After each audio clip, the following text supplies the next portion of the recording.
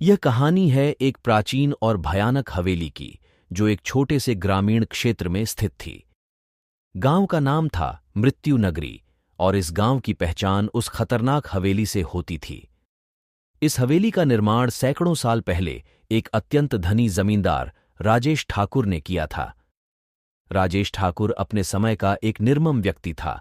हवेली के निर्माण के दौरान कई निर्दोष मजदूरों की जान जाने की घटनाएं सामने आईं।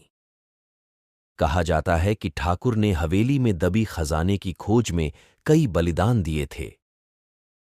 इन घटनाओं के बाद हवेली में अजीब और डरावनी घटनाएं घटित होने लगीं और धीरे धीरे वह दोबारा कभी न खुलने वाली जगह बन गई।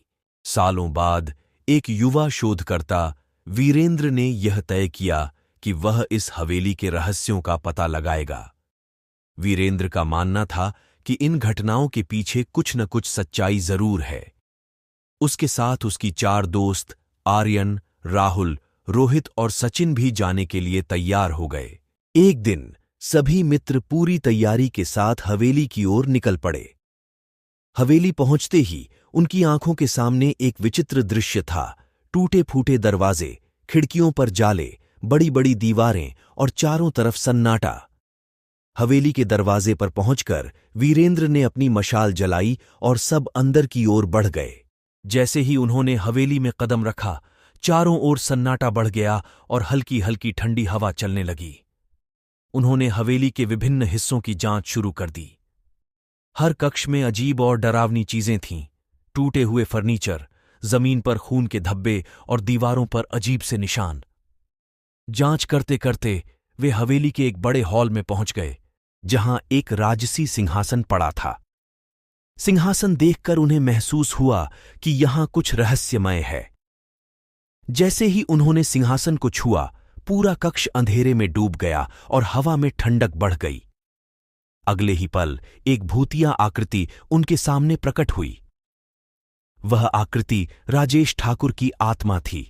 आत्मा ने क्रोधित आवाज में कहा, इस हवेली में तुम्हारा स्वागत है, लेकिन जो भी मेरे रहस्यों को जानने का प्रयास करेगा, उसे मुझसे सामना करना होगा। वीरेंद्र और उसके दोस्त डर गए, लेकिन उन्होंने साहस दिखाया। वीरेंद्र ने आत्मा से पूछा, हम यहां सच जानने आए हैं। तुम्हें किसी विशेष कारण से शापित किया गया है। हम कैसे मदद कर सकते हैं? आत्मा ने बताया, मुझे मेरे कुकर्मों की सजा मिली है। मैंने कई निर्दोषों की बलि दी थी। अगर तुम मेरे हाथों मारे गए निर्दोषों की आत्माओं को शांति दिला सकते हो, तो मैं भी इस शाप से मुक्त हो सकता हूं। वीरेंद्र और उसके दोस्तों ने आत्मा की बात मानी और ठान लिया कि वे निर्दोषों की आत्माओं को शांति दिलाने के लिए कुछ भी करेंगे। उन्होंने हवेली के तहखानों की ओर कदम बढ़ाए, जहां कहा जाता था कि उन निर्दोषों की आत्माएं बंद थीं। तहखाने में प्रवेश करते ही एक भारी दरवाजा उनके सामने आया, जिसे खोलने के लिए उन्हें ऊपरी मंजिल से चाबी लानी पड़ी। ऊपरी मंजिल पर पहुंचते ही उन्होंने एक पुराने संदूक में वह चाबी पाई। चाबी लेकर वे तहखाने में वापस आए और दरवाजा खोला। जैसे ही दरवाजा खुला, उनके सामने भयानक दृश्य प्रकट हुआ। तहखाने के अंदर खून के धब्बों से सनी दीवारें, भूमि और जगह जगह हवेली के निर्माण के दौरान मारे गए मजदूरों की आत्माएं घूम रही थीं। आत्माएं बहुत दुखी थीं और उनके चेहरों पर दर्द झलक रहा था। वीरेंद्र ने आत्माओं से बात की और उन्हें शांति दिलाने का आश्वासन दिया। वीरेंद्र और उसके दोस्तों ने आसपास के मंदिर से पवित्र जल और मंत्र लेकर आत्माओं की शांति के लिए पूजा की। पूजा के बाद आत्माओं के चेहरे पर शांति झलकने लगी और वे धीरे धीरे अदृश्य हो गईं। आत्माओं के शांति प्राप्त करने के बाद राजेश ठाकुर की आत्मा फिर से प्रकट हुई और कहा, तुम्हारे इस नेक काम से मुझे भी शांति मिली है। मेरी आत्मा अब मुक्त हो रही है। राजेश ठाकुर की आत्मा ने वीरेंद्र और उसके दोस्तों को धन्यवाद कहा और हमेशा के लिए अदृश्य हो गई।